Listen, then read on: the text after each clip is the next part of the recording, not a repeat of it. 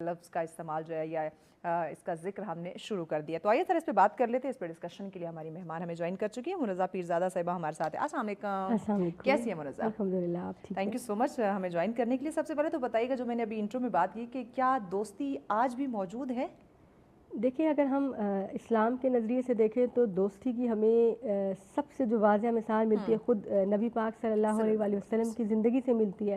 ان کے 4 دوست تھے اور ان کی پوری لائف میں دوستی نے ان کو سپورٹ کیا.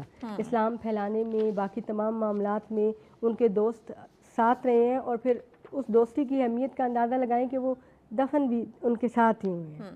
اور اگر ہم آج کے دور میں اس دوستی کو دیکھیں تو انسان ہے تو سوشل ہے لیکن ہمارے یہاں ویسی دوستی پائی نہیں جاتی.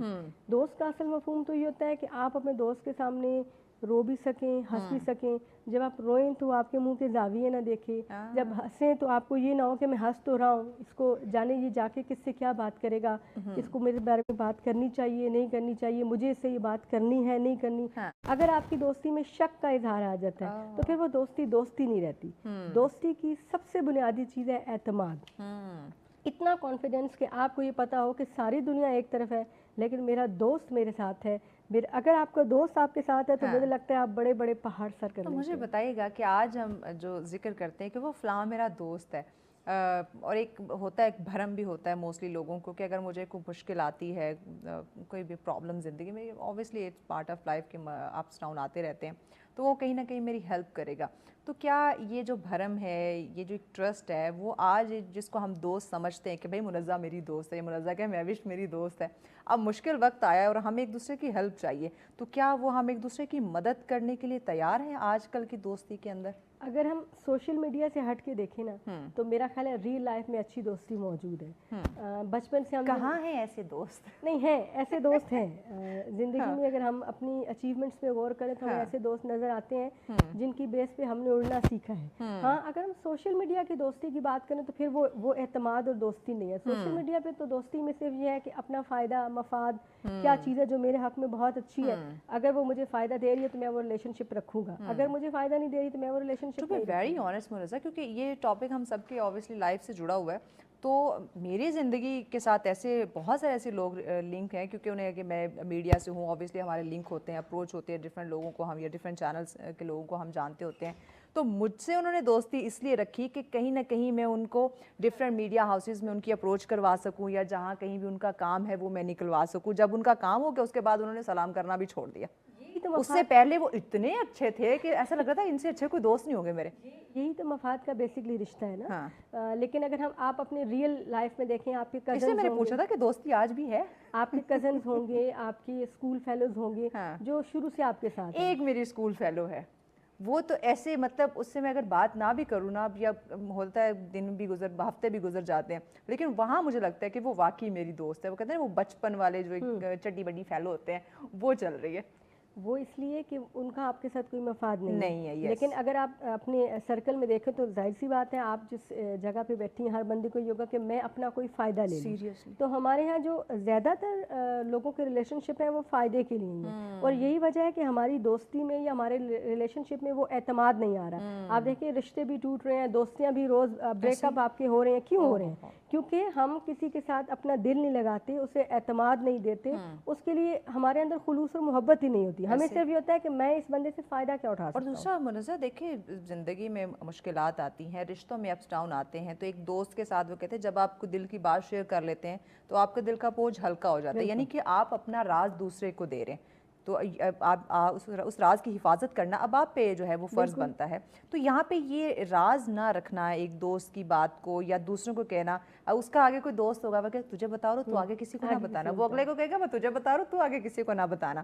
تو یہ راز کو دوسروں تک پہنچا دینا, فاش کر دینا, اس سے بھی تو اعتماد میں بڑی کمی آ رہی ہے نا. اس سے اعتماد میں بہت زیادہ کمی آتی ہے. ہمارا یہ حق بنتا ہے کہ ایک راز ایک امانت ہوتی ہے.